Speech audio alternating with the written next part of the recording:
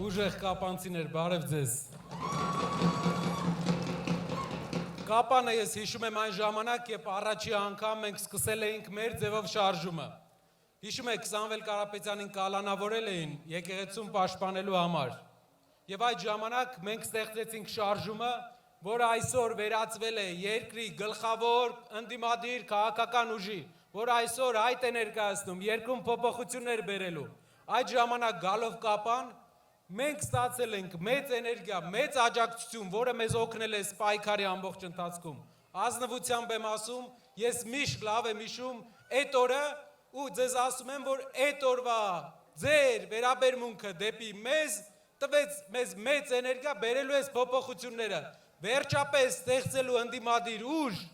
որը կլինի երիտասարդ, մաքուր ձեռքերով, լավ, պրոֆեսիոնալ մարդկանցով կազմած, որ երկրում որակական փոփոխություններ բերեն։ Այս աշխարհում մի հատ օրենք կա։ Եթե դու մեկին մի բան ես ասում, վատ բան ես ասում, դա քեզ հետ է գալիս։ Նա ՀԿ-ին քննադատում էր ուսուցիչներին հանրահավաքին տանելու համար։ Ինքը ուր գնում է ուսուցիչներին, ովքեր իր հետ չեն, ստիպողաբար տանում են հանրահավաքի։ Եվ ոչ միայն պետական աշխատողներին։ Պետական աշխատողները դա Հայաստանի Հանրապետության ազատ քաղաքացիներ են իրենց հայացքներով։ Եվ ինչ ինքը ասել է, իր գլխին է եկել։ Ինչ ինքը քննադատել է, նույնը արել է։ Երիտասարդ թիմը ուժեղ առաջնորդով, ով առաջի անգամ Հայաստանի պատմության մեջ ֆինանսական որևէ կարիք չունի։ Առաջի անգամ առաջնորդ է գալիս Հայաստանում, ով արդեն ունևոր է։ Ոչ թե որ ԿՊ-ն եկավ հեծանիվով, դուրս եկավ Range Rover-ով։ Ասում են պետականացրել ենք կոմբինատը։ Պետականացրել եք, թե ԿՊ-ացրել եք։ Միևնույն ժամանակ 8 տարվա ընթացքում ամեն 3 տարին մեկ խոսք էր տրվում, որ կկառուցվի պղնձի վերամշակման գործարան վերջապես էս մեր երկրում, որ մեր երկրի գլխավոր հարստությունը չենք տանելու Չինաստան հողի տեսքով։ Վերամշակելու ենք եւ օգտագործելու ենք, չի կատարվել։ Որն է փոփոխությունը մեր առաջարկած։ Որակական Կապանի հանքերը, Քաջարանի հանքերը, Սյունիքի հանքերը, դա մեր արդյունաբերության վերածննդի հիմքն են։ Ցինկը, մոլիբդենը, պղինձը հիմքա լինելու մեր գործազուրկ ժողովրդին աշխատանքով ապահովելու համար ժողովուրդ։ Այն ծրագրերը, որ մենք ունենք, դա երկրի մեծ տնտեսական առաջխաղացման ծրագրեր է։ Ու այդ ծրագրերը անում է մարդ, ով արդեն էտի արել է մի քանի անգամ, ով ստեղծել է զրոյից հայկական բյուջեի էկվիվալենտ ընկերություն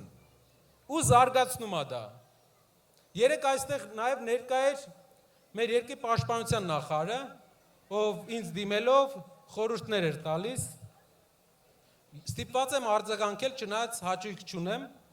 բայց արձագանքեմ։ Պարոն Պապիկյան, դու հնարավոր է լավ ասֆալտ անող նախարար ես եղել։ Հնարավոր է լավ ասֆալտ անող նախարար ես եղել։ Շատ ասֆալտ ես արել։ Դու հնարավոր է նաև դրական փոփոխությունների հույսով ես եկել ԿՊ։ Բայց կանգնած քո վարչապետից 3 մետր հեռավորության վրա խոսում ես բանակի ծառայելուց, այն մարդն էլ 3 մետրի վրա խոսում ես վարչապետի տեխնացուի բանակի ծառայելուց, երբ Սամվել Կարապետյանը ծառայել է բանակին, ամենամեծ աջակցությունն է տվել հայկական բանակին։ Քո ղեկավարը չի ծառայել բանակում։ Ապրիլյան պատերազմին մասնակցել է մայիսին։ Հետևն կանգնած ու դեմքն էլ չի փոխվում։ Ինքը չի ծառայել, մեր ղեկավարը ծառայել է, Սամվել Կարապետյանը ծառայել է։ Մյուս բանը ասեմ։ Արցախի հարցը գիտեք ոնց է ստեղծվել։ Սրանից 200 տարի առաջ Վարանդայի մելիքներից Մելիք Շահնազարը հեղաշրջում է անում Վարանդայում ու կռվում է բոլոր հայ մելիքների հետ։ Ու ասում է, որ ինչու ենք մենք լարված հարաբերություններ հաստատում են վաղտվա թուրքերի հետ։ Ասում է, բարիշ ենք թուրքերի հետ, այն ժամանակվա թուրքերի։ Հրավիրում է թուրքերից Փանախանին ու նվիրում է Շուշիի բերդը։ Թուրքերն էլ համաձայնվում են, ասում են շատ լավ, կսկսենք ընկերություն անել, բայց գանք Շուշիի բերդում բնակվենք։ 200 տարի հետո տեսակ ինչ եղավ ժողովուրդ։ Այնտեղ էլ հայ չի ապրում։ Հիմա մենք ունենք մի նոր Մելիք Շահնազար,